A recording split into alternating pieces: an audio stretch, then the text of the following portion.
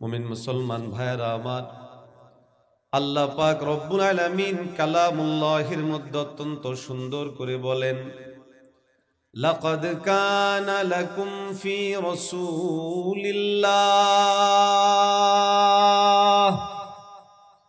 নিশ্চয়ই তোমাদের জন্য নবীজি মুহাম্মদুর রাসূলুল্লাহ সাল্লাল্লাহু আলাইহি ওয়াসাল্লামের জীবনের মধ্যে রয়েছে উত্তম আদর্শ ঘোষণাকার। নবীর আদর্শ বলতে আমরা কি বুঝি? নবী আমাদের জন্য আদর্শ, আদর্শটার ব্যক্তি কতটুকু, সীমা কতটুকু, পরিধি কতটুকু।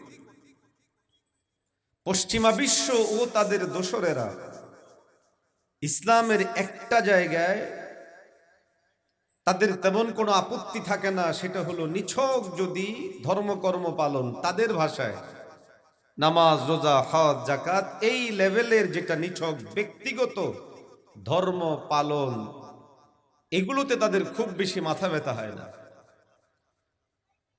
ধর্ম পালন এবং ধার্মিক হিসেবে রাসূলুল্লাহ সাল্লাল্লাহু আলাইহি ওয়াসাল্লামের পূর্ণাঙ্গ জীবন আদর্শ যখন সামনে আসে, তখন নামাজ যেমন আমার নবী উসওয়া, রোজায় যেমন উসওয়া, সমাজ পরিচালনায়ও উসওয়া, অর্থনীতিতেও উসওয়া, সমাজনীতিতেও উসওয়া, পরিবার নীতিতেও উসওয়া, রাষ্ট্রনীতিতেও যখন পয়গম্বর আলাইহিস সালাম উসওয়া, এবং দু একদিন না 10 বছরের ধারাবাহিক আমালান রাষ্ট্র পরিচালনা যখন আমার নবীর জীবন থেকে সুন্নাহ হিসেবে আমাদের সামনে আসে, আমরা বাস্তবায়ন করতে যাই, রাষ্ট্র পরিচালনায় যখন টুপিওয়ালা, দাড়িওয়ালা, আল্লাহওয়ালা, খোদা ভীরুরা আসতে যায়, তখন পশ্চিমা এবং তাদের দালালদের গায়ের মধ্যে আগুন ধরে যায়।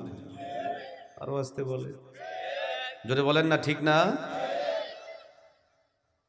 অথচ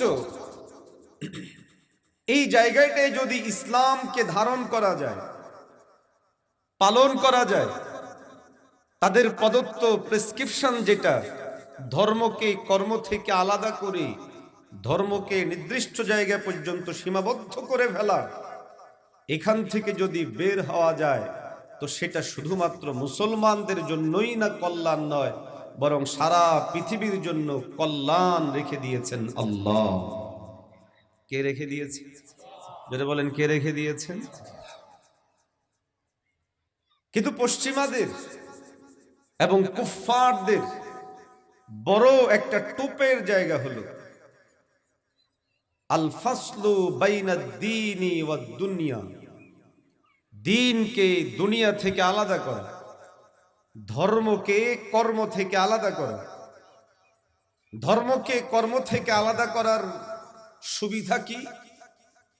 মানুষ যখন কোনো কাজকে ধর্মের সাথে সম্পৃক্ত মনে করে, তখন সে সেখানে আদর্শ হিসেবে নবীকেই মানে, সেখানে কোনো ভুল ত্রুটি স্বেচ্ছায় সজ্ঞানে করে না, হয়ে গেলেও সেখানে কাজা কাফারা দেওয়ার চেষ্টা করে।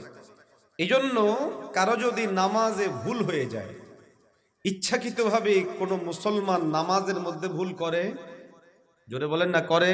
করে না। যদি ভুল হয়ে যায়, তখন সে মুসলমান পেরেশান হয়, আমার নামাজে ভুল হয়ে গেল। তো কখনো কখনো সাজদায় সাহু দেয়, যদি সেটাও দিতে খেয়াল না থাকে তাহলে কাজা করে, কাজাও যদি করার সুযোগ না পায়, সময় না থাকে, তাহলে কাফারা হলেও দেয়। কেন?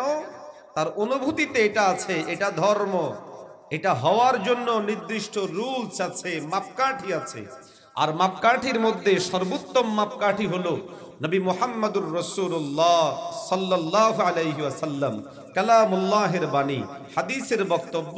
মাপকাঠি হওয়ার কারণে এই বান্দা নামাজ পড়ার ক্ষেত্রে ডান বাম করে না, ডান বাম হয়ে গেলে বোঝে এটা আমার হয় নাই, তখন কাজা করে কিংবা কাফারা দিয়ে হলেও দায়মুক্ত হওয়ার চেষ্টা করে। কিন্তু এর বিপরীতে যেই কাজগুলোকে সে ধর্ম মনে করে না, তখন সেখানে যাচ্ছে তাই করতে তার অন্তরের মধ্যে একটু বাধে না। আওয়াজ দিয়ে বলেন, ঠিক না ঠিক?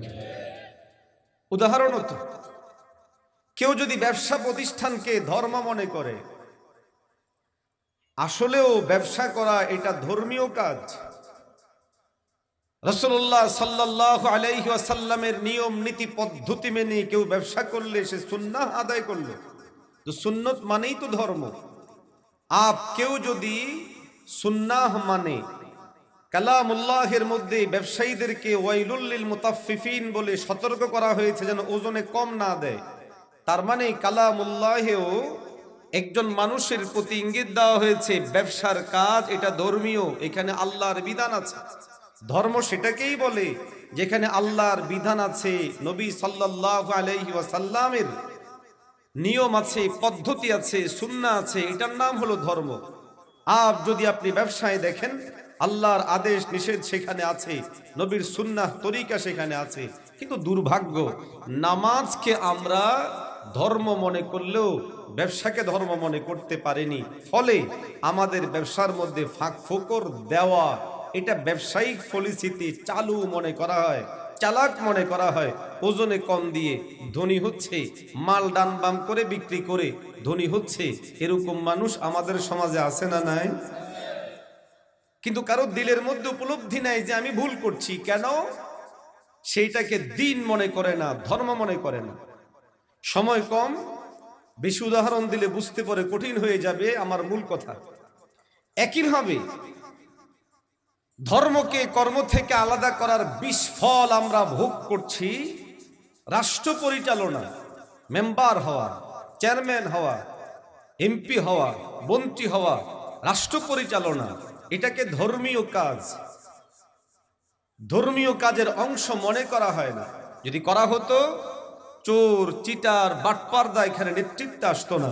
কিন্তু যখন এটাকে ধর্মীয় কাজ মনে করা হচ্ছে না, তখন চোরদের নেতৃত্ব প্রতিষ্ঠিত হয়, ডাকাতদের নেতৃত্ব প্রতিষ্ঠিত হয়, বাটপারদের নেতৃত্ব প্রতিষ্ঠিত হয়।